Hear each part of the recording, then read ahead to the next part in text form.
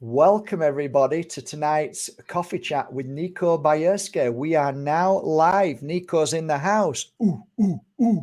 Welcome to Mark Bajerski podcast. And it's been quite a few months, if not years, since you were last on, Nico. So wonderful that you're here. And we've got about approximately an hour. So we'd like to be able to get straight into the questions. And first of all, the first question I decided to come up with was um, the rise of the BMA success. Um, how's it been achieved in these last 18 months, Nico? Yeah, so BMA is my gym, and that stands for our surname, which so Bajerski Martial Arts. Last time I was on here, I spoke about Citus MMA, which was the previous name, which had a few different connotations to it. So we just decided to change the name to something that meant a little bit more to us, and it just stands out nice and neat. The recent success, to be honest with you, is like blown up probably since the last time I was on the podcast with you. It's been in the last 18 months. And I'm not going to sit here and pretend I don't know why. And it's like, oh, wow, how come it's just blown up and got so big and the student success is crazy. I damn well know why it's so good and it's blown up. That's $1 million question all the other local academies want to know. And further afield, not just local. There's lots and lots of reasons to it. Enlighten us, Nico. Please enlighten us.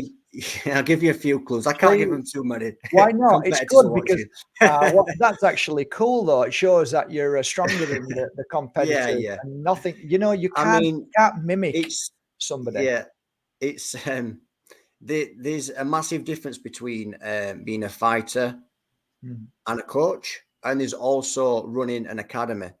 So there's lots of different reasons to it. Now, I make sure all my classes link together. We have a certain mindset we share at the academy, which is a relentless mindset. We all share the same sort of movement. We all share the same philosophies. And, what you teach, how much you teach, why, in what system, what syllabus, does it link to the next class? Student retention, training partners for the students, what you actually say in the class, for how long you stick on one topic for, etc. I mean, I've been teaching now for, as you know, 12 years, so I was bound to get it right eventually. It's in the last 18 months I've really, really, really put so much thought and emphasis into. I've got, probably 8 hours a week with my team in the evenings. How the hell do I maximize it out, get into the essence so people get the most out of them hours? I mean, look, anybody can open a gym and get some mats down and just put the word, MMA, kickboxing, BJJ on the wall and teach parts of that and say, you've done kickboxing that session, or you've done BJJ that session, or MMA that session. But there's so much more to it, and that's sort of the difference, really. Yeah. So, and it's good. It's going really, really well. But you didn't really answer the question apart. You answered part of the question. When you said that to me, I'm like, okay, you're all got the same philosophy. You've all got the same flow. And I kind of understand that to a degree. What if I was to be the devil's advocate and say, well, what about individuality? Oh, everybody is individual. They've all got their own game for sure. But what I would say is, if you was to say go to a Jiu Jitsu or MMA competition, it's not just us. Other gyms are the same. To an expert eye, you'd say, "Oh, that guy's from, a Gracie Barra gym, or he's from AVT, or he's from." You'd be able to tell a certain style. Wow. Yeah, because the academy is a reflection of the coach. In more than one way, but it usually is. There's people down at my academy that are better than me at things. I can give you lots of, for instances. Mike Scott's better than me at leg locks. I've got students that are better, not at leg locks, one type. I've got students that are better than me at lots of things. Yeah. So it's not about me saying, oh, everyone emulates me. People do have their own games for sure. but there is a sort of style that we follow. And also, you know, a good coach, if somebody comes in who's already, say, a taekwondo black belt or something, I wouldn't say this is my style of striking. You need to forget how you're doing it. I'll stick to that their thing that has already been taught, and I say, look, we're going to build on that. That's your movement already, but we're going to build on it rather than scrapping it and saying this is mine. Do you know what I mean? No ego, then, is there? No, definitely not. And you know, no, there's not. Definitely not.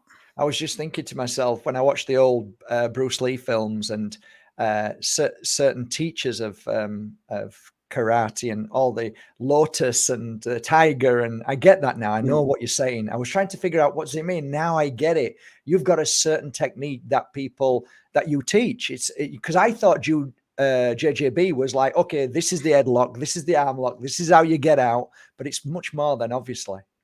Yeah, obviously there's in, like, say, Brazilian Jiu Jitsu or whatever martial art it is, there is movements which are subject to those martial arts, but in between the movements, there's a certain flow, stylistic flow within that. Even Muay Thai, of course, there's a certain movement within Muay Thai, but as like China would tell you, if you went to one Muay Thai gym to another, you'd say, okay, this guy teaches this style of Muay Thai. It's a little bit more flowy. This guy's more aggressive. Do you know what I mean? I totally it's a bit like what that. you're saying. I totally get what you're saying. So, Nico, tell us in your own words the very difference between fighters and martial artists. Well, there's similarities and there's a massive difference. So how do I word it? I mean, a fighter is a fighter. It's somebody who will. I'm not saying fighters aren't martial artists. Martial artists aren't fighters. They can be separate. They can be the same, or not. So a fighter, for instance, is somebody who is training in an academy and will go to fight in the ring or the cage or the mats. That is where it stays normally for a fighter. Now, I'm not saying they're not about it outside of that realm, but a martial artist, a true martial artist, never is that I've got a quote on the back of my book that I wrote. It's learning to pain in every environment. A true martial artist will, for example, I identify I'm a martial artist before a fighter, right? So where I move and exist in life and how I do things is, for example, if I go into, you will never see me in a restaurant with my back to the door or not knowing where the exits are, not knowing who could be a potential threat, not knowing, you know, weapons that you might be able to use. If someone approaches me on the street to ask me for a question, no matter who it is, you never see me not reorientate around that person to check that there's not someone coming up behind me. If someone walks out on me next to me and there's a reflection in the mirror, you never see me check my pockets to check what they're doing. There's lots and lots of things. Now, that's not paranoia. That's just trained habits. It's just a martial artist. It's just a way of life. And it's just how you exist in life. It's how you move around the world. You know, you're not in a state of combat and you're not paranoia. It's just how you are. It's how you see the world. Do you know what I mean? Yeah, of course. Yeah. Sounds like James Bond. I check who sat on table 3. Two girls, 18 years old. Well, no, just quickly. That's it. James Bond there's a lot of fighting in what he does, you know, and that is how he lives his life. He's a narcissistic killer. That's who he is. Being like glorified by mainstream. Yeah, but anyway, let's move on. James Bond. Jesus Christ. Sorry. Okay, so the next question I had was, I was going to say, tell us the responsibilities of a martial artist coach. Yeah, that's a big question. What is the responsibility as a martial artist coach? That's the big question. I mean, look, let's just start at the one which everyone could understand. Training children that go to primary school and they're getting bullied, and the parents want to. The parents come to you because they don't know much about martial arts and good gyms from bad gyms, and they want you to train them skills to defend themselves, to become more confident, or to actually physically defend themselves. you have to train those children the correct skills to defend themselves. Okay. You know, at the West Yorkshire Police, I train many members of West Yorkshire Police. If you get that wrong, if you teach them wrong situational drills, you know, it's real life stuff. I train door staff. If you get that wrong, you train them wrong. Meaning that death, you know? When you say train, you mean mentally, or do you mean it is different training? No, it is different training. I was just about to move on, but I'll show you. I'll just explain the differences. Mm-hmm. I was just about to move on to say I train students to fight in the cage against high-level practitioners that are trying to shin kick you in the head and knock you out. If you get that wrong, it's your responsibility. But again, going back to say training door staff, that is different too. You have to understand the differences of, you know, when you need to use preemption, when you need to use misdirection, situational drills, what you need to say, what you don't need to say, what moves you can use, you know. So there's a lot of responsibility as a martial art coach getting that right, you know, training people in domestic abusive, you know, situations. You need to train women the correct skills that will actually help them. And, you know, look, there's a lot of charlatans in the business. There's a lot of people who do, we call them McDojos, claim to teach these things. And, you know, I ain't prepared to train anybody and take the money, you know, that are going to leave my academy and give them false confidence. We have a saying in the industry: you've crucified that person twice. You've taken the money, given them false confidence, and then they get beaten up. That's your fault twice, and it's not good. And listen, a lot of people do it in the martial art world. They're unqualified, and they do take on the responsibility of teaching people that need the skills that come to you as a professional, as you know, and they don't know the difference. Who does until you know what's going on in the industry? You know? A question for you, Nico. Have you ever come across training somebody that wholly just saw the training as another way of a notch on their belt to be able to use that in a situation where they know that they're going to beat somebody up, or they're going to use it in a way that is wrong? And have you ever felt that and thought, I'm not teaching this guy anymore because he's going to abuse what I'm sharing with him? Yeah, I 100% have. There's 3 to 4 different types of people that will walk into a martial art gym. You have a type of person who wants to come in to be a fighter, but you know, in a controlled environment. They want to train to be a fighter. You have the type of person that comes in for the examples that I just said. They need it for life. You have another type that comes in for confidence, and you do have a type that comes in for none of those reasons, that are just going to try to go out and start fights, or use it for the wrong reasons. If I give the training, specifically the Brazilian Jiu Jitsu with arm bars, chokes, etc., to the wrong person who's already a bad person, that is a recipe for disaster, It's right? lethal. And it's evil, yeah, because the skills we teach is for against those people. I teach the skills to fight against those bad people, not to have them in, you know. So yeah, I've had to kick people out. Yeah. Right. Do you have a kind of gut instinct or an ability to attune to know instantly immediately? So how do you deal? Right. But so through practice, through error, through learning, you now have the ability that you understand these people. And I know within about 5 seconds. It's a look in somebody's eye. It's not always what people look like. Yeah, it's not always what people look like and stuff like that. It's a certain look in their eye. Persona, energy. Yeah, I tell you why. As a martial art coach, you will get to learn and understand psychology to an extremely high level. Everybody walks into a martial art gym as a blank canvas. Nobody will walk in with a Mr. I Am. Very rarely, and if they do, it's normally fake. So everybody walks in usually as a blank canvas. Then you see the personality emerge. You see the pecking orders. You see all that sort of stuff emerge. Right? You can see what, and usually can get. I've dealt with you before. You know what I mean? That sort of vibe. Yeah. You have to think. I have to kick someone out, or just say you're not welcome to train here once a month, maybe twice a month. That's And amazing. yeah, and I'm usually never wrong because they end up at another gym where them sort of people go. No, that's amazing, Nico. So you have to become a psychologist as well as a martial arts coach. It's everything. It doesn't sound like it's just one or two things. It sounds like you've got No, to have the balance of everything in that gym. So do you yeah, believe it's important to network in martial arts or not? yeah. Well, I mean, yeah, you find that gyms will tend to orientate to each other that share the same beliefs and things like that. Yeah.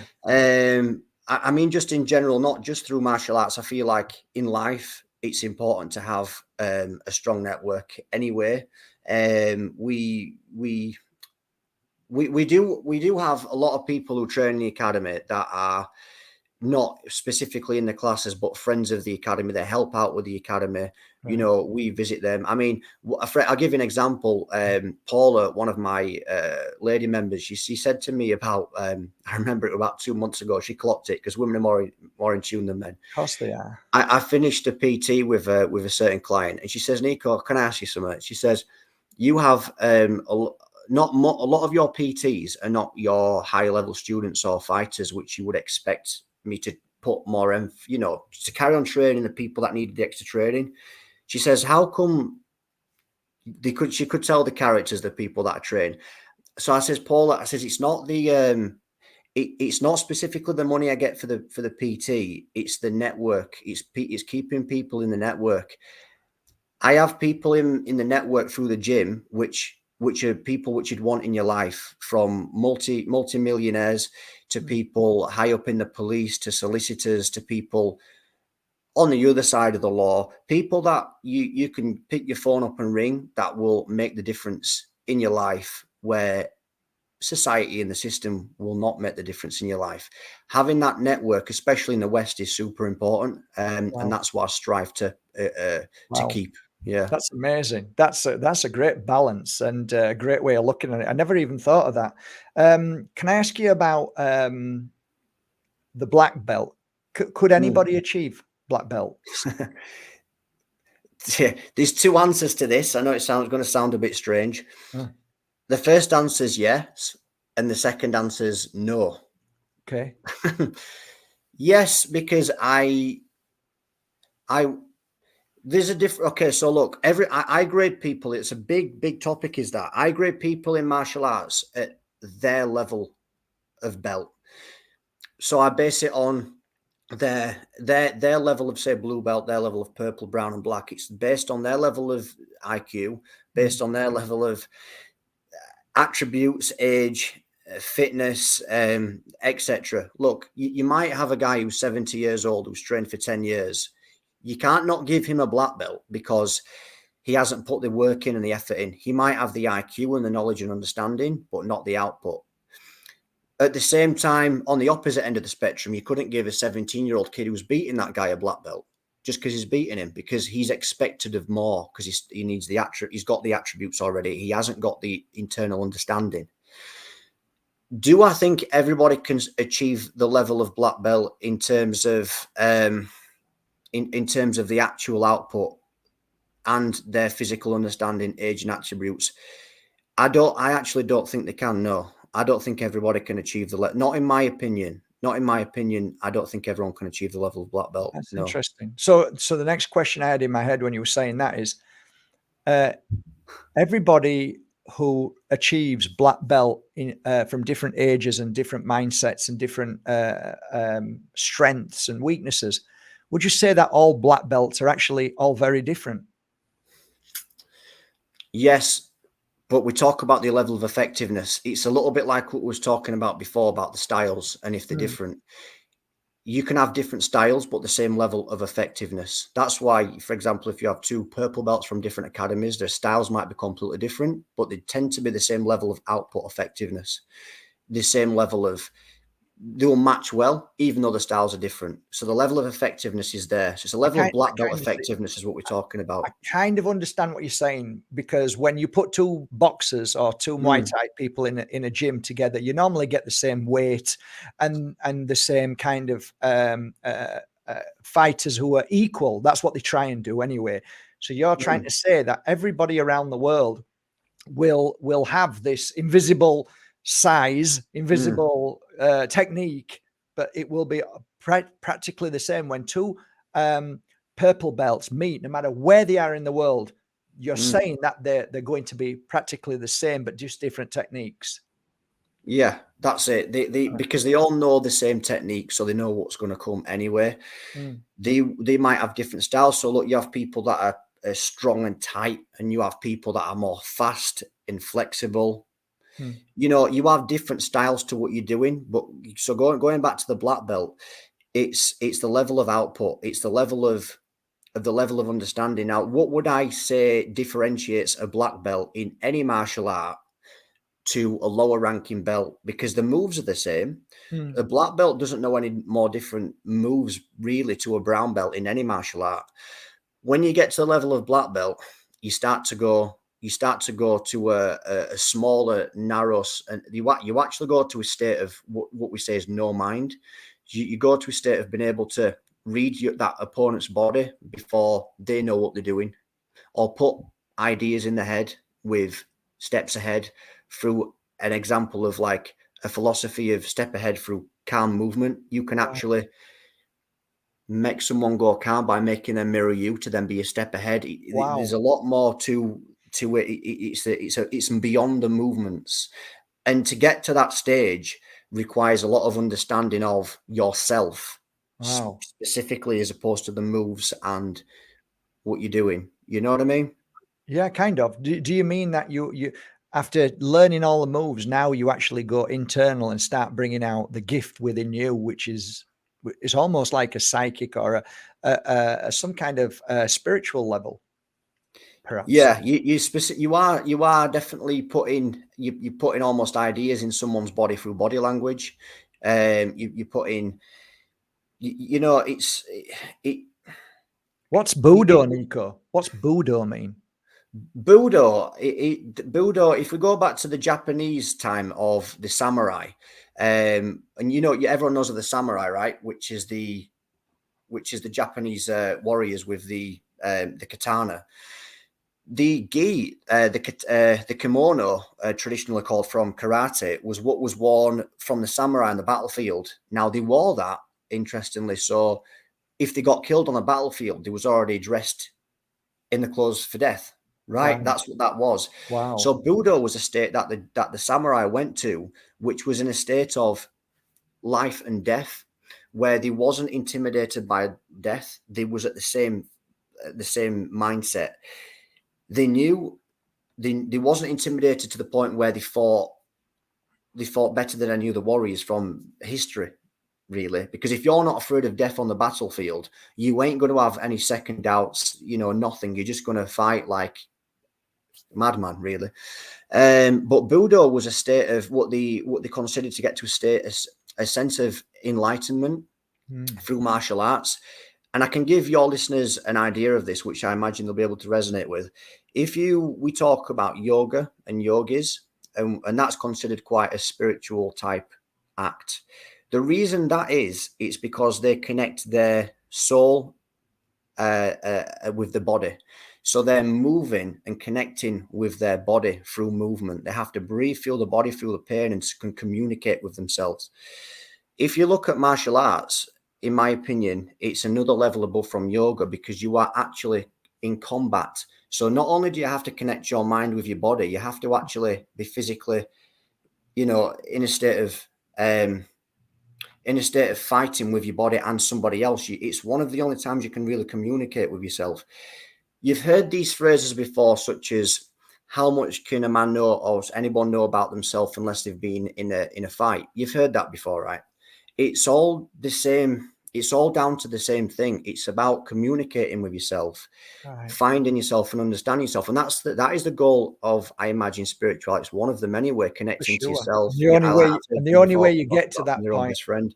The only way you get to that point, Nico, is by going down on the floor and seeing how well you get back up and how you brush yourself off. That's it. It's knowing what you're made of. Yeah. It's knowing what you're made of, finding yourself and communicating with yourself. And my God, martial arts and fighting is, after my first fight, and it was a proper scrap. I learned a lot about myself. I felt like I knew myself better and I could communicate with myself, and I felt like a different person. And budo, that's one aspect of budo. Just quickly moving on to the second aspect of it, and it's something that I'm moving into more. You find a lot of high-level martial artists talk about it, and it's something that I'm starting to feel and understand more the longer I'm a martial artist. It's having good intentions. Now, I don't want to say like budo is something separate to spirituality, even to religion. I feel like it's just other words for similar energies. Having good intention is what Muslims talk about. It's what Christians talk about. It's taking your power back in spirituality from things that are degenerate and things that you know is not good. You know, limiting yourself, being less materialistic. It's we spoke about through many things, but that's basically what it is. Can you go beyond black belt? Well, yeah. If you look at going back to what I was saying before about, you know, it sounds a bit putting ideas into people's minds and, you know, changing how you are and to mimic somebody else's movement. And yeah, I think you can definitely go beyond black belt. I feel like in a way the black belt's a dangerous grade. It's a little bit like it's when you start to learn at black belt. That's what they say. You actually start to learn at black belt. Now, I got my black belt a year ago, and I understand what they mean now. Yeah, now you actually start to learn at black belt. The black belt is like a gateway grade. Yeah. I mean, if you look at like if you look at when you start to drive a car, you've passed your driving test. You think you can drive a car. After 5 or 10 years of driving a car, I mean, someone could call it dangerous. I don't know, but you've spoke about this before. You can be in the alpha state, the alpha mode, where you're driving the car, but you're not even thinking about driving the car. You know, your mind's on something else. Someone might be on the phone, the radio, stereo, whatever. When you pass a black belt, you're still thinking to a large extent about the moves that you're doing. You're still kind of thinking. You might be a step ahead, but you're still thinking. Afterwards, you become to a point where you can go through a role and just not be there. You're just kind of like just doing it. And yeah, you can there's definitely levels beyond black belt. I mean, yeah, 100%. It never ends. That's for sure. Well, that's really interesting. It's a great observation. Yeah, with the alpha mode is incredible, that we can actually drive a car and not even realize where we've got to. Could be 1 mile, it could be 2 miles, it could be 5 miles. And then we wake up from that state. And it still to this day shocks me how safe we actually are at that state. And I've never known, nobody's ever that I know has ever had a car crash at alpha. Never. No, because you never thought, what were I doing? Yeah, that's so true. Interesting. Let me ask you another question. On a level of, say, mental health, how do you help and make a positive impact and change your client's life? Okay, so I've always been involved in mental health. I think I spoke about it on the last You did. through martial arts, which came by default, which was never an intention. It just came by mistake, by accident. It's not a mistake because it's good, but you know, it came by accident. By, you know, you're doing one-to-ones with clients and they're in an extremely bad place, and the next thing you think, oh, he's not here for martial arts. She's not here for martial arts. Especially in Halifax. Now, I'll be honest with you. There's obviously just the martial arts in itself helps massively with mental health, just by what we do, but more so what you speak about. I don't want to go into too much detail on it because it leads into, I will just talk about something else quickly, but I'll just sort of stop myself. I looked into this since I last did this show with you, why men's mental health is a lot worse than women's. Okay, that's true. Well, you talk about men taking their own life more than women. That's a fact. So let's just say the facts. Okay. So I looked into this and did a lot of thinking about it and thought, well, why is that? Does it mean that because you're born a man, you're subject to a chemical imbalance depression state? And you're not. We're not. And we never have been. So I've been looking into it a lot more. Why is men's mental health bad? There's another group in Halifax, a big group. I'm not going to say the name, and they speak. Their philosophy is it's okay to talk. Now that's good, but what are they talking about? So I was looking into it, okay, and I thought, okay, so why is it men are like this, but they're not born like that? It's obviously something to do with life. Okay. So then I looked into society, life, and what men fundamentally, for the most part, there's exceptions to the rule, what men fundamentally chase, and that is usually growth, dominance, power, and building on something in life. Okay, they want to build on something in life, and that is, for the most part, in my opinion, there is a war, especially in the West, against masculinity. There's a war against that. If you look at any Disney character film, it portrays a man as a dither and idiot, and the woman as a sassy, smart woman. Men are looked at as idiots. Now, as well, if you try to be alpha and masculine, then you're deemed a misogynist. Even if you say women should be amazing and beautiful, women are better at lots of things that men are not. If you try to act like the man, you're deemed a misogynist. It's difficult for men to be the man. It's very difficult for men to be the man. It's almost frowned upon to be an alpha. It's frowned upon to build. And these are the fundamental things that men want to do. Also, men get tarnished with, are you okay? Are you got mental health? There's 3 or 4 things there. I started speaking to clients when they were suffering from these things in the dojo and explained what I think's right. Now, look, I might be wrong. In 5 years, I might have said what I said there was nonsense, but this is what I think right now. Okay. Yeah. So I'm just going to say it. So I started speaking to them about this. I says, look, do you think those 3 things that I said, you're struggling to build people? It's frowned upon to be a masculine man. It's frowned upon to be the man. You've got nothing you can build upon. It's not. And they all said, yeah, that's exactly it. I says, okay, well, you now go find something. Be the man. You go find something that you can conquer. Doesn't matter what it is. You go find something you can conquer, whether that's starting a new sport or, getting the best at something or build on something or start a small business and focus on building something. You look at yourself every morning in the mirror and say, I'm the man. This is what I've achieved. I'm the man. And then you unapologetically be an alpha if that's what you want to be. Anyway, they all did, everyone that I've trained, and all the lives have turned around. And I also say, if anyone tries to tarnish you with the brush of, are you okay? Have you got mental health? That is a form of, I don't know the word for it, but when people do that, it's attacking it's attacking someone's physical. It's a form of abuse as well. It is a form of abuse, and I've seen it loads. I've seen it happen to loads of men, and it's disgusting because you don't say that to women, do you? So there you go, and it's turned their lives around immediately. That's amazing, Nico. Just, I'm always, I'm so proud of you. But one of the things I'd like to give you as a nugget of truth that I've learned over these years with the clients that I've worked with is that from being a child, men have normally been the ones that fix the broken dolls or fix the tanks or fix the toys and make everything right, always fixing. And the problem is when something goes wrong in life, men feel as if they are the ones who got it wrong because they can't fix a relationship. They can't fix certain things. They can't fix the job. And they feel because they've been trained and programmed that way to fix everything, that it really affects them because I can't fix it. I can't fix this relationship. I can't fix being with a woman. I can't fix it. So there's a massive emphasis on men feeling as if they don't know what to do because they can't fix something. And here's another piece of advice as well. For every man out there who wonders about a relationship, sometimes it's not about fixing. Sometimes it's about just listening to your partner. That's it. Just listening. You don't need to fix everything. You just need to be there and listen. So great. Anyway, I love that. I'm so proud of you, Nico. That's great. Well, I better just stop it there. Otherwise, I'll just get not liked upon.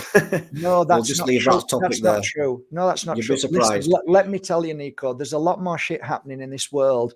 What you've just said, it's nothing what's happening in this world right now because lies have become truths and truths have become lies and people are just simply confused. So keep up your truth. Can we discuss, I know this is a big topic and I don't want to get too deep into it, but can we discuss the ego in martial arts? What do you see within this field of work with ego? Is it a difficult challenge? It's a big one. I mean, look, I've listened to hours and hours worth of podcasts with psychologists on what they believe ego is, because I've looked into it quite a lot. I don't like to have an opinion on something without looking into something quite a Good lot. for And you. again, this is just my belief right now. And this, I'm not saying it's right. I'm not saying it's wrong.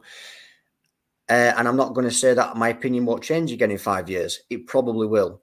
But I just want to explain what I feel ego is, okay, for the viewers. I do believe that ego has got a bad connotation attached to it. I do think there's a difference between ego and confidence. And the reason I say this, and I'll explain what I mean after, I was listening to a podcast which resonated with me with a female psychologist, and she said something which, forgotten her name now, which really resonated with me. She said, everybody has ego. Without ego, you can't survive. It's actually fundamental emotion that you have. So it's led me to think about what ego actually is, and what is it? I feel like people say the word ego, a 3-letter word, and they just think that everybody understands what it means. So I thought, what do I think ego means? What actually is it? So I'll tell you what I think ego means.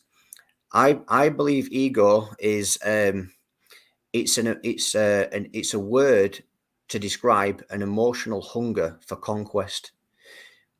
That's what I believe it means.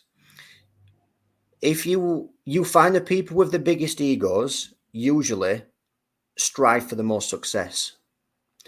There's no such thing as an ego if something comes out of somebody's mouth that's been achieved. So let's say, for example, Khabib, which is the #1 wrestler in MMA, says, I'm the best wrestler in MMA. You'd say, oh, yeah, you are. You've achieved it. If I say I'm the best wrestler in MMA, you say you're full of BS. You've got a big ego. So if we extrapolate from that, does ego exist? Is it bad? I don't think it's bad. I think it's only bad when it's pushed on people, because when people don't put the work in to justify an ego, what I believe they can do is say short things to people to have a quick fix of that emotional void I was talking about. So they will say something to someone which they know is going to make them look good against them, and it's just going to piss people off, which they don't need to do. If I've got a big ego and then I go and try to justify it by working my ass off, and I actually get somewhere in life, and through doing that, I actually help people, was ego a bad thing? I don't think it was. If I then go the wrong way about it and then piss people off with what I say just to try and show off to fill that void, that's not good. Another reason ego's got a bad connotation attached to it, in my opinion, it's when harm is when it's used for harm. For example, if two leaders of a country, have ego and start using nuclear war with each other, then that's a problem. So there's been so many times ego has caused problems. It's got a bad connotation attached to it. Look, I'm not going to lie. I'll say right now, I think I've got a massive ego, but I don't think that's a problem, because I'm trying to fulfill it by achieving, not pissing people off and using that to help people. As long as you're nice and kind and caring, where's the problem in that? Where does that come out? Well, normally the problem, Nico, is in the weakness of other people. That's where it is. And I think, it's an interesting topic. And like the word itself is misused all the time for normally other people's advantage, to make themselves feel better when somebody may have, like you said, they just feel confident in life. But there is a way of being nice. There's a way of asking. There's a way of being kind, and there's a way of being honest and truthful.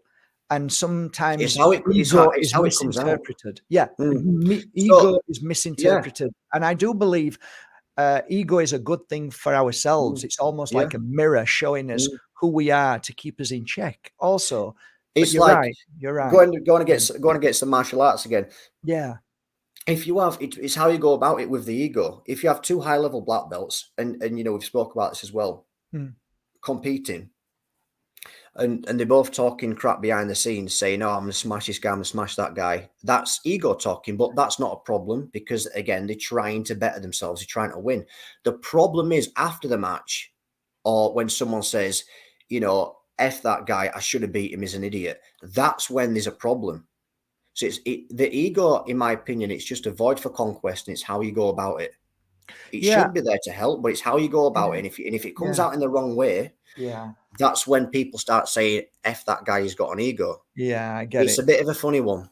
What I found is the martial artist, the pro let's say boxer, he walks into a bar, and I use this metaphor all the time, and just says, he rings the bell in the bar and tells everybody he's the toughest guy in here and he can knock anybody out.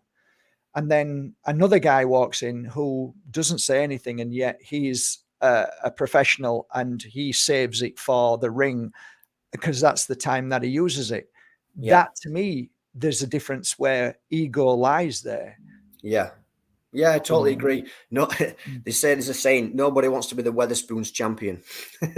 What does that mean? No, what does that mean? Explain what that means to people. Wetherspoons in that a pub? Yeah. And so that's what I mean. Nobody wants to be a champion. Nobody would like to be a champion pub fighter. Everybody wants to be a champion ring fighter. Right. So there you go. That's what I say to lads all the time. I say, okay, look, you talk to the young guys that follow me all the time and want to train. Say, look, you're talking a big game all the time. You stop going out and having fights outside. We don't do that. Go in the ring and prove it. Go in the cage, because you find people like me who have had cage fights, and students that have had cage fights. We are. I tell you now. I sometimes remind myself of this quite regularly, and I'm thankful that I am that. I'm the most polite guy you'll meet. I'll stand behind the door, open the door for someone with their head down. How are you doing? And they go, "You're all right. Cheers, lad." They would never know I'm capable of the skills that I am, because I'm the most polite person you'll meet, because I've been battered that many times. Do you know what I mean? I'm the most humble guy there is in that respect. I also think, Nico, that you have that also with growing up as well. If you weren't doing what you're doing now, I still think you would open the door for people. Yeah, I would. Yeah. I don't think, I think it goes a bit deeper than that, but I do understand. I do believe that what you've done, you've gained respect. And I know that people have wound you up in cars and you've just gone out and said, look, mate, it's a bit too early in the morning for this, but if you want to come to the gym and you want to, have a bit of a spa, I'm there in an hour. You know what I mean? You won't scrap people like my brother. Yeah. If anybody wound my brother up, he'd just knock him out straight away. Remember that. He just knock him out. It's not even a thought or anything other than that. Whereas you've got that. Yeah, I don't know whether it's I'll tell you an example.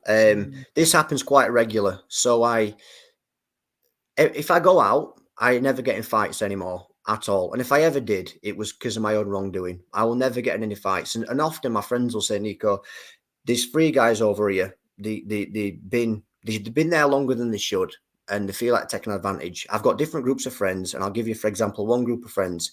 None of them in that group can fight the way out of a plastic bag, right? Often I'll have to go up and speak to these 3 lads or 2 lads, whatever, and I'll just look them dead in the eye, have a straight chat, and I'll just, whatever I've got to say, I'll just say it, no matter what I'm saying. Every single time they leave it alone and drop it, try and be my friend and leave. And then my friends always say to me, how did you do that? What went on? And I said, look, you can't fake confidence. You can't fake confidence. I know damn well I could flatline those 3, and they did as well. Without me getting aggressive, I was extremely calm. There's no way you can be that calm in a situation like that. You can't fake it.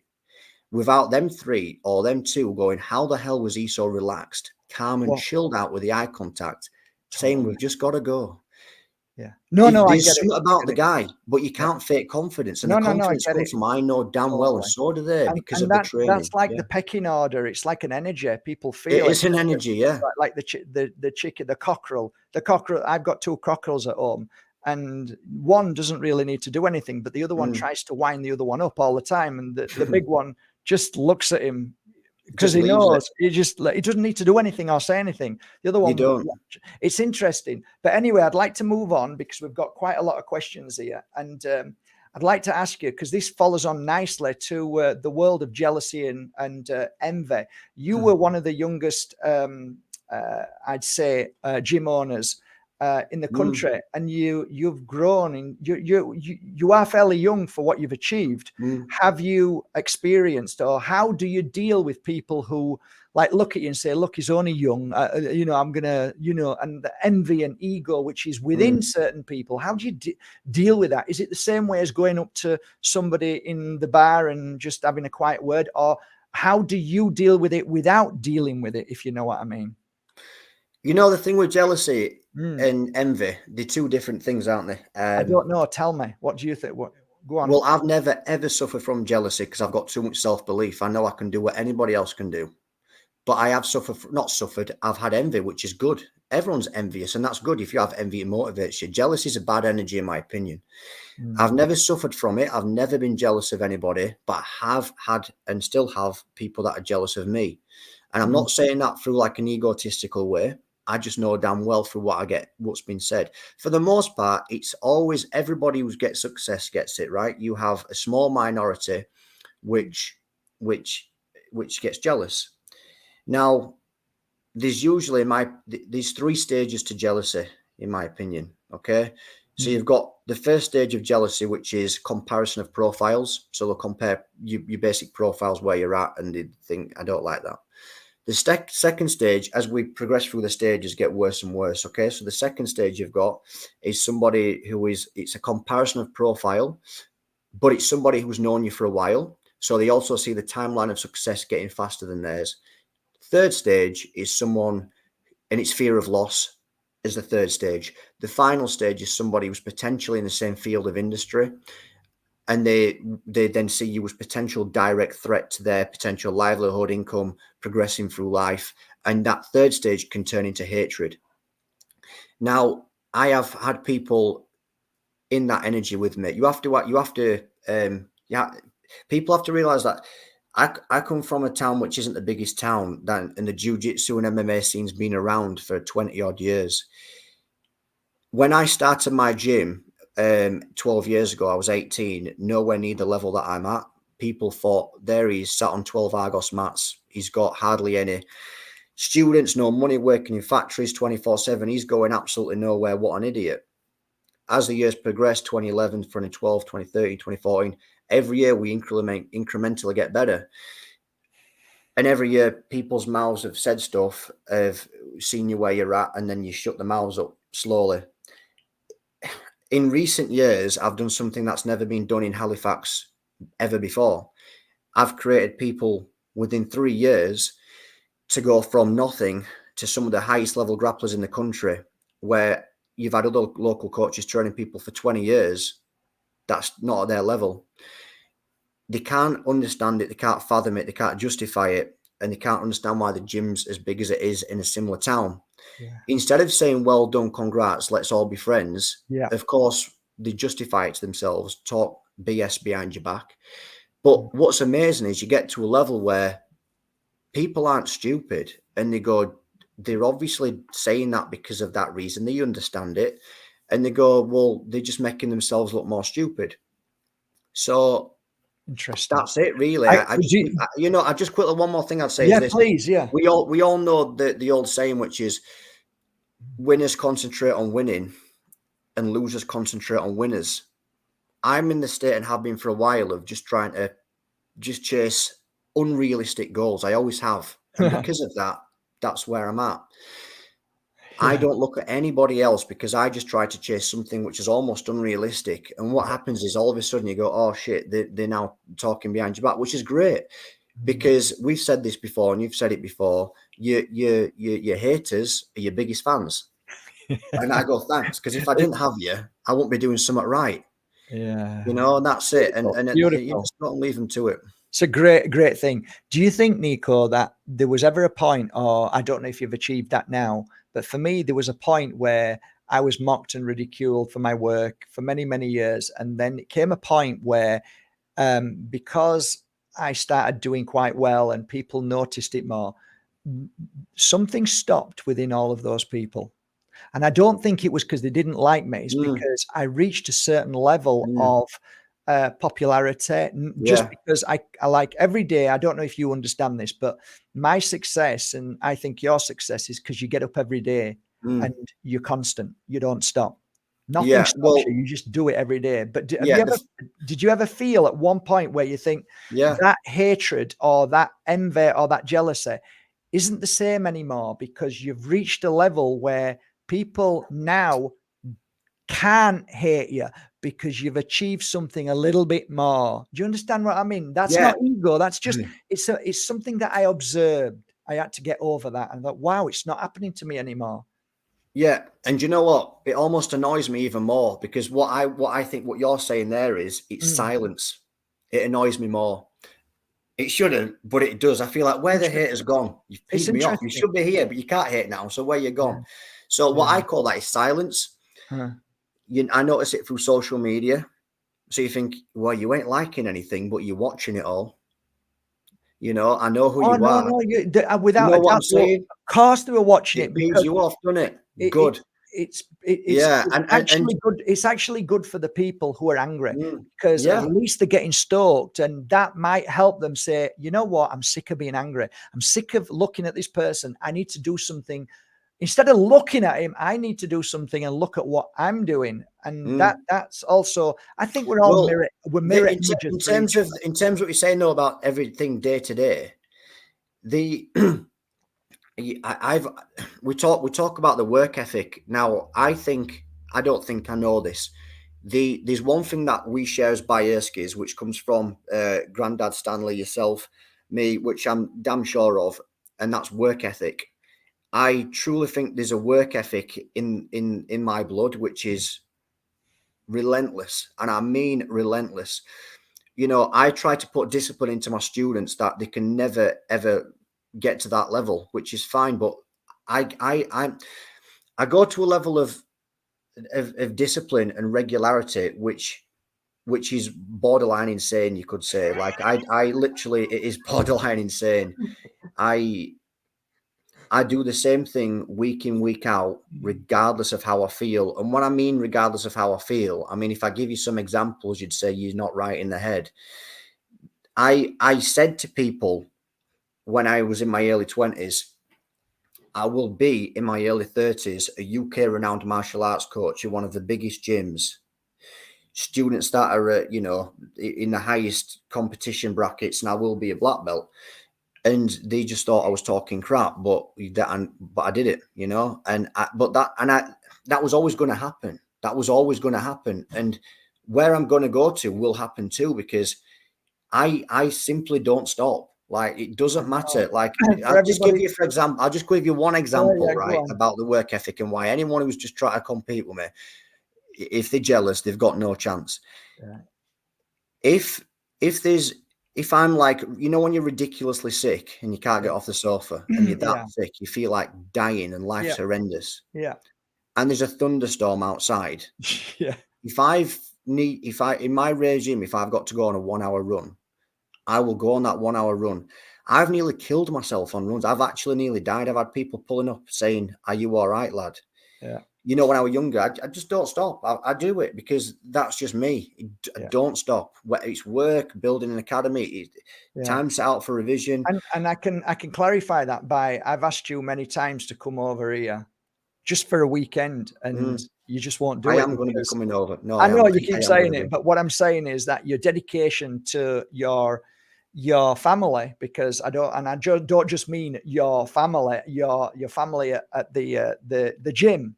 You seem to have this level of it's almost like a parent, a parent energy. Like I'm responsible. Everything that when they walk into that door, you are responsible for their mental health, for their happiness, for their training, for them to feel better. It's like, it's unreal. And I saw that when I came over. And what did I do when I came to that gym? What did I do? Did I join in fighting, or what did I do? Tell everybody what I did. Backed up. I backed up. And do you know why I backed up? You're putting good energy into the academy. Exactly. But also I wanted people to see that your dad is proud of the gym, and He wants to keep it clean. And if I'm showing your students that I'm cleaning that gym and I'm vacuuming the hole, and they're all, this guy cares. This guy cares. And it might be cycle, but I would have done it anyway. I'd have cleaned the toilets. I don't care. But I just want people to see that what you've built, I honor and respect by way of cleaning. And it's a bit like the Karate Kid. The first thing he did, the guy says, paint the fence. You know, he knocked out the ego from him. So when I'm on the floor cleaning, I'm showing you that I've got no ego. There's no ego in me. I'll clean. I'll do anything to help. So, and I like that. I think that's important. And I do that at my work. I clean the toilet. I'll do anything. I do it all myself. I do it all myself as well. And I think that's so important that people can see that you're being humble is also a very strong character, a very strong personality. Being in humble. terms of all that stuff, all the students, you all see me clean. When we go out on gym nights out, I'm always there. You know, it's I don't have an opinion of myself, which is, you know, look up to me in any other realm of I'm trying to teach you martial arts. I go out with the guys. I'm friends with half of the people at the gym. Yeah. They help me build the gym. You know, they take the piss out of me half of the time, to be fair. It's family though. But this is how, I think this is how you keep the positive energy in that room. So what other things, what other tips? Oh, that's massive. Massive. Yeah. You're just saying earlier about one of the secrets why the gym's where it's at. It's I believe energy is the biggest currency. Positive, high energy is the biggest currency you can have. Can you feel it when you're talking, Nico? Do you do a pep talk every now and again? Do you give a talk? Yeah, at end of every class. Yeah, in front of the class. Really? And do you find that the more you're doing it, the more you can? I don't know if you feel this, but when I used to give talks in front of crowds, the energy at the beginning of the night is quite low, and the more you talk, the energy rises, and you can sometimes actually feel it through the body and through the top of the head. And it's fabulous to feel energy in a room. And when you've got the energy right in that room, everybody's affected, right? Well, I'll give you an example. I was going through a very low state of my life about 18 months ago with, you know, with a family member's medical treatment. And I was really, really, really bloody low. And I knew the gym were going to suffer as I was going through it. I knew the numbers were going to drop because I knew that I'm the lighthouse to the gym. Once things changed, I was not only back to my normal self, I was at a higher state because like any form of trauma, you come back bouncing and you appreciate things more. Now I came back bouncing in a high energy state, which I still am.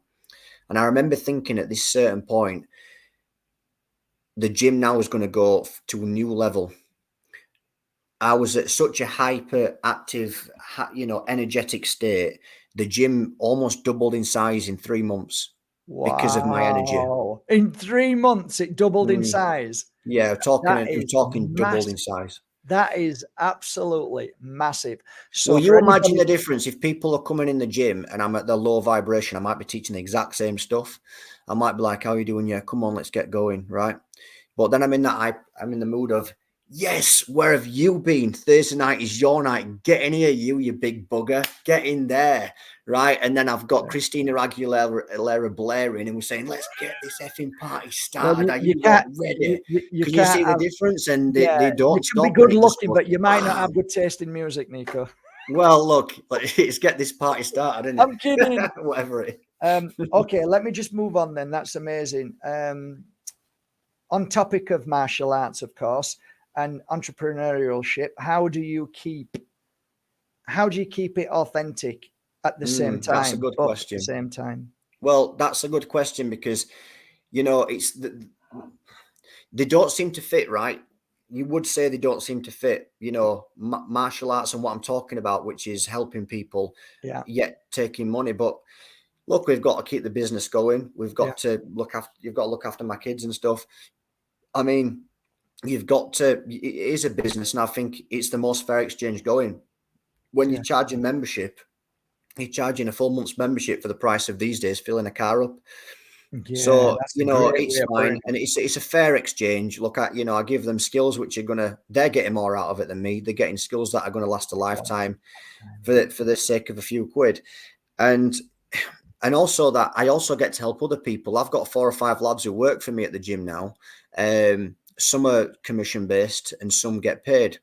Now, through that, they then get to have a better life, look after themselves, or extra income.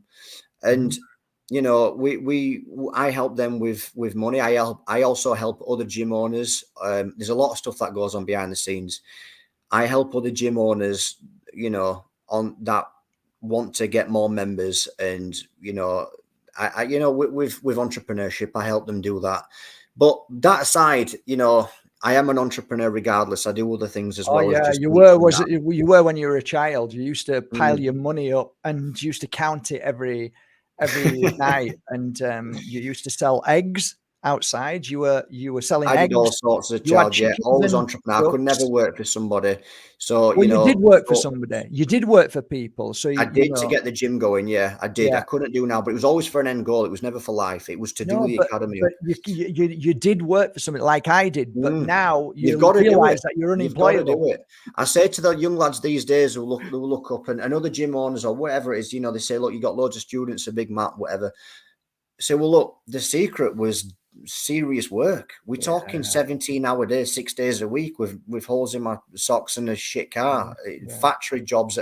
I said to Haley the other day, I says, do you remember 9 years ago when we was in Brighton and not in Brighton, Bridlington, and I said, and on the way there, I'd just been speaking to an agency to get some more work in a factory because the PT stuff wasn't working. And I did have the gym at the time. And they rang me up and they said, look, we've got work for you. It's a couple of days here and there every week. Could be regular/irregular. And we've got a job for you at Hermes doing a night shift. But you have to start in 2 hours. I left the beach, flew home, left her, and then went to work in a factory all night for 8 hours. Yeah. Wow. And that is graft, and you don't find that much, you know, and I would do anything for the money to build up. I look back, I say, like, what the hell? But that's what you had to do, and it's a sacrifice, massive amounts of sacrifice. The thing is, YouTube, etc., it is full of discipline videos. This, you've got to just do the work, especially if I think you've got to sacrifice your 20s, especially your early 20s. You've got to do the work. The There's thing is, no Nico, way it'll kids now are making so much money very quickly now, and a lot of kids are making literally millions of dollars a year. But And they're they also don't. losing it as well. You know, the problem, a big problem with new age money that is made online is the lack of human interaction to make that money, to teach them life lessons to do it again. Yeah. You look at all the crypto kids, you look at all the people making money online. I started my career before I was a personal trainer, is selling karate memberships door to door for 6 months in Bradford of all places. Yeah. I tell people often when they try to ask me about sales and like how to generate more clients, I went, okay, well, where's your experience through sales? Yeah. I said, I'll give you the first example I had of sales. It was after 2 weeks. It was, 2 weeks on the door doing karate membership sales. The first experience I had of hard selling, I was sitting down in someone's house in Bradford with the mother and the children, and there was a knock on the door. And all of a sudden I heard, who's in my house?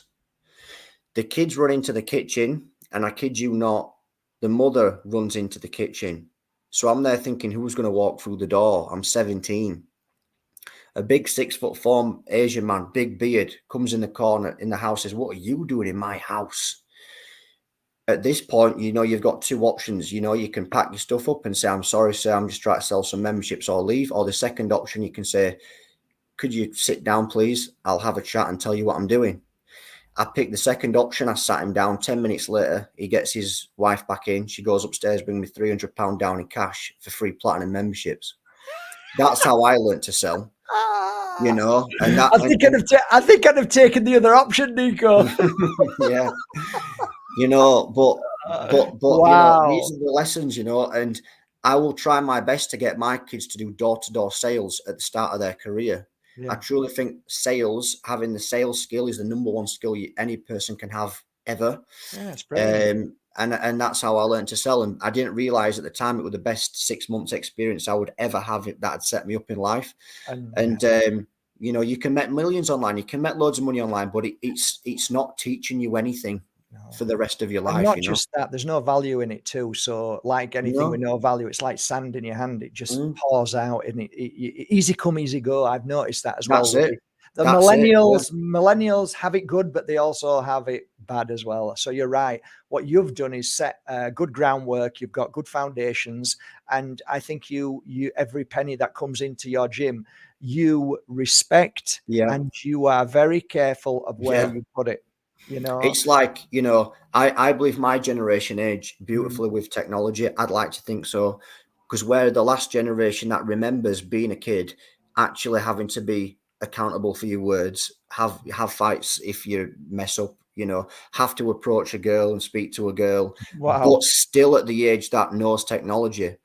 The generation, the one generation below me doesn't know how to talk to girls, don't know how to have physical interactions. It's all done through social media.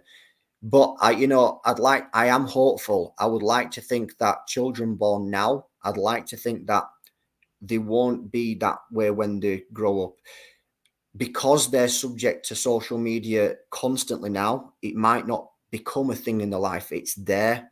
So they're like, well, it's there. Life's actually more interesting.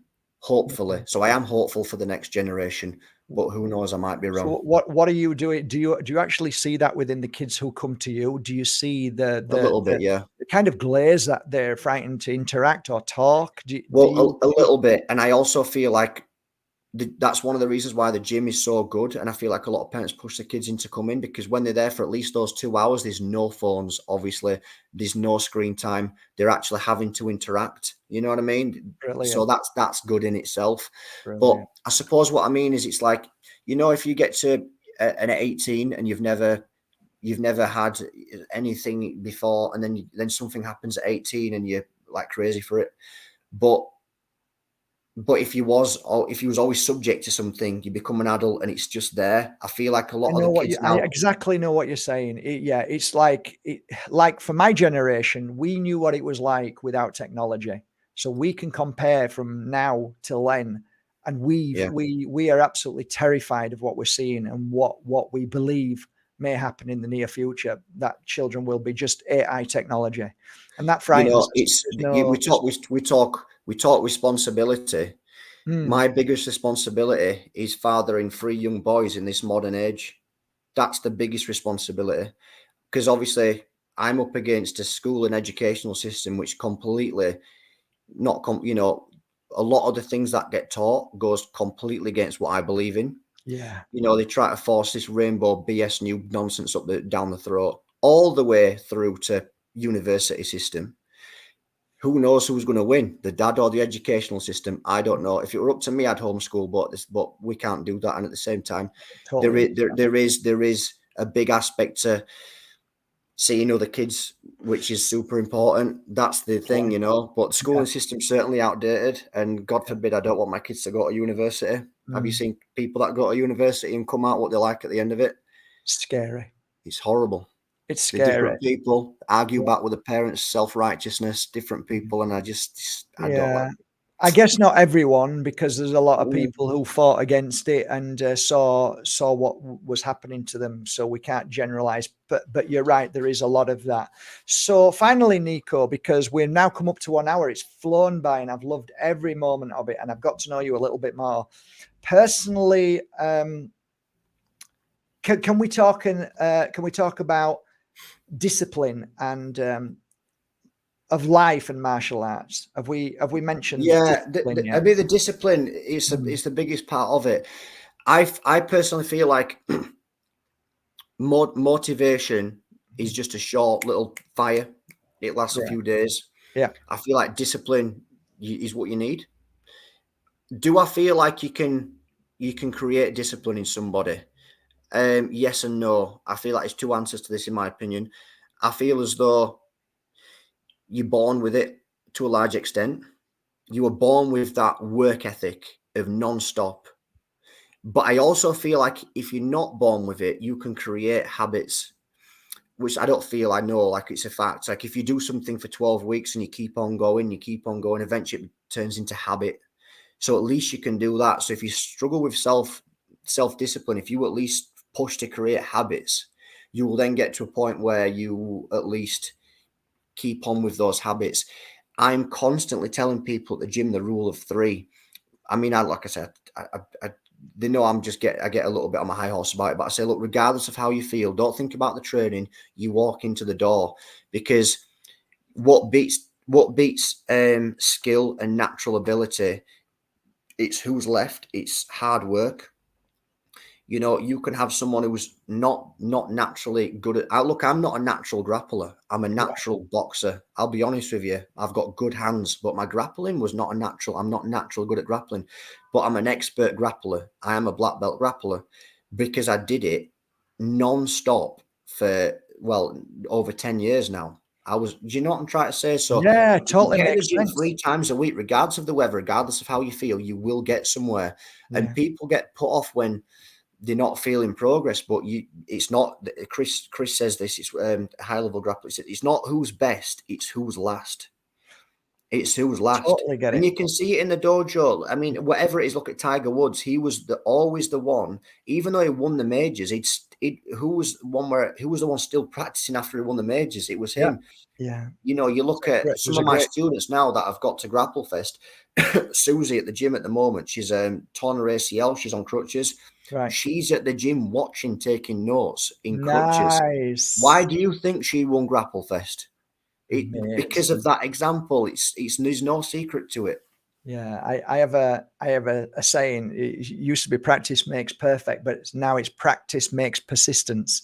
And for me, I wasn't good at reading. I wasn't good at psychic work, but I worked at it. I worked every day to be the best. That's something about the work ethic. Yeah, I just went at it, and that, I think there's something in that. There's something in just keep doing it, and you become the master. There is a book out there. I don't know if you ever heard about it, but What is a True Master? And in the book, it says that you have to have done over 10,000 hours of training to really be a master, like a football player. If you've done 10,000 hours at football or 10,000 hours at skiing, you become the master.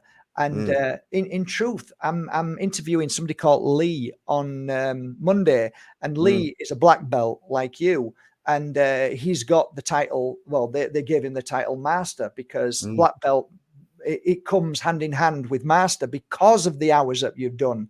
But that in itself, but that in itself is kind of, to most people, is ego. But it shouldn't be. Some people just can't detach from the fact that somebody, even if you say, well, actually, what defines, do you believe in the word master? Yes, I do, to a degree. Well, what does it mean? Well, it means somebody who's achieved ultimate level of whatever they're doing. So why can't you accept this person being master? Because they can't be asked putting the work in. Exactly why, yeah. We seem to be a reflection of people's weaknesses or fears of what they feel they can achieve, which is really sad in a sense. There's very few people out there, even people that you would suspect not to be like this in the world, in my opinion, that will love you to a certain point. They'll love you to a point until you surpass them. There's very few people that, if you surpass them, will still be happy. Yeah, that's when you know a true friend, right? And there ain't many of them. And there's a bit of philosophy which I heard from someone, which is suppression wrapped in love. And there's certain signs of things like that, which is it's the opposite end of what we're saying. They're holding you back through love, and they're not actually happy if you do surpass them.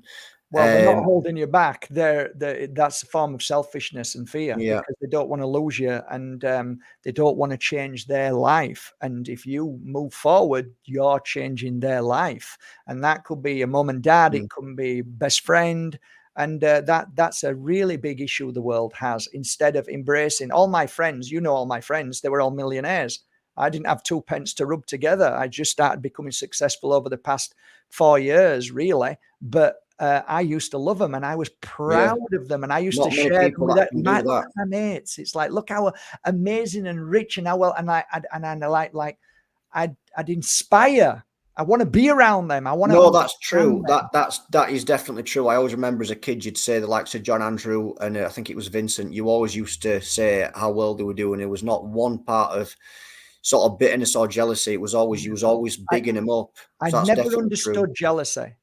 I've never understood it, and I've never felt it. But I tell you what I did when I was in one relationship after me and your mum split. I went into a relationship with a girl who was an air hostess, and I started feeling jealous, right? And then I realized that wasn't my jealousy. It was a reflection of what somebody else was doing. So it was really strange. I was trying to understand it. Why am I not jealous in that relationship?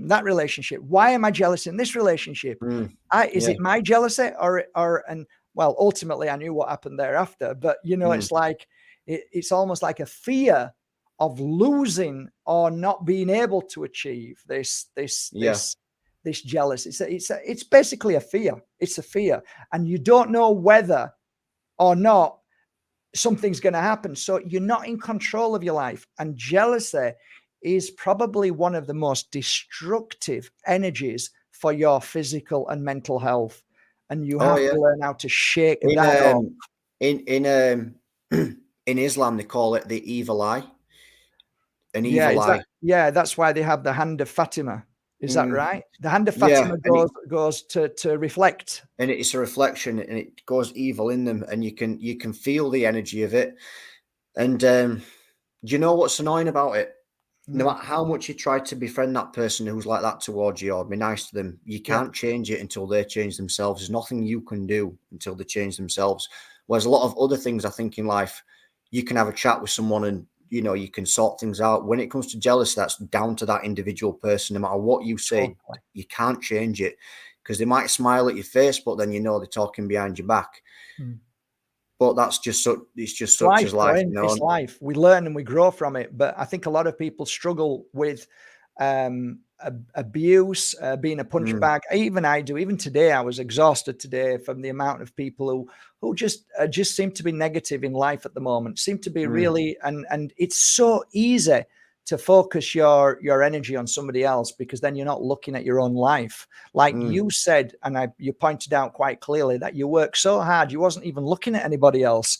And everybody else was saying, oh, these people are talking about you. And you're like, what you mean? All I'm doing is trying to get where I'm going. You just didn't have time to look at other people. And that's what I think makes somebody balanced, when you're focused and you're looking towards I'll give you a classic example of where my head's at with it. There's a local guy at the gym near me, and he started writing, try to mess my brand up and saying that I'd said things about him. And I read it and thought, no one said out about you. Not one person said anything about you at all. And I read it and I just felt sorry for the guy. I just thought, good on you, mate, because no one gives a crap. You just get on with your thing. I just feel sorry for you. I just feel sorry for you. It doesn't affect me. And the other thing is, they actually do that sometimes, Nico, to create something, because there's nothing in the life of somebody who is jealous and angry. That's why they're focused on something else, to create something. And then if we fuel it, then we look back and think, oh, why did I do that? Yeah. I shouldn't. And you know what? Taking that higher ground and not even saying anything at all about it shows so much more power. Oh yeah, I haven't figured that out yet. I'm still working on that till this day. I do bite. And one thing that I've learned I'm trying to work on more, and I'm getting a lot better at it, is to not say more than you need to say in life sometimes. And in fact, less is more. And when you actually say more, people listen to what you say more and just not open your mouth as much. And it's so difficult, but it's the best thing to do. You're so right, Nico. Anyway, listen, it's been great. When was the last time we had an interview? How long ago? It was about 18 months ago. Okay, so I'll give you a call in 18 months. Yeah, so just two things while we're on it, because I have spread this podcast myself around. Can I just give two two ways for people to contact me if they want to contact me. Is that okay? What I'm gonna do, Nico, is when this is finished, I'm gonna upload it on my lives, and then I will put any kind of links that you want for anybody to contact. No problem at all. If you want to give a shout out to anybody, if you want to give a shout out to your mum or your beautiful partner or your children, if there's anything that you want to say before you go. Of course, give a shout out to everybody, every member of my family for sure. But yeah, one message that what I would say is, and I know this firsthand from my past and stuff. If there's one good message that I can share, which I've learned as well on the way for martial arts, is just be nice to everybody in life every single day, because usually you find that the people that are giving you the most grief are the ones that are suffering the most, and you don't know what people are going through in life and how much of a fake smile that they are, what's on their face and what's going through their head, how hard it's been for that person to get up that morning. And people in general are not nice to each other. So no matter if someone's not nice to you, if you're nice to them, it will bounce back as a reflection. So just try to be as nice to people as you can. That's what I'd say. I'll leave a message with that. Wow, that's amazing, Nico. Well, finishing on a most beautiful, positive note, I want to give a shout out to everybody who's in the chat box. I just want you all to know that I'm a very proud father of an amazing son, as well as an amazing daughter. These two kids are far superior than the father. They've broken the mold of the dad. And yeah, I hope you enjoyed tonight's chat with Nico Bajerski. And hopefully we'll do it again soon. And Nico, you've been an amazing, amazing guest. And your not just your knowledge, but your inner wisdom. I can safely say that you're an old soul. Thanks, Nico. Have a great evening. Bye, everybody. Yeah. Take care. Bye, Nico. Thank you so much. See you later. Bye.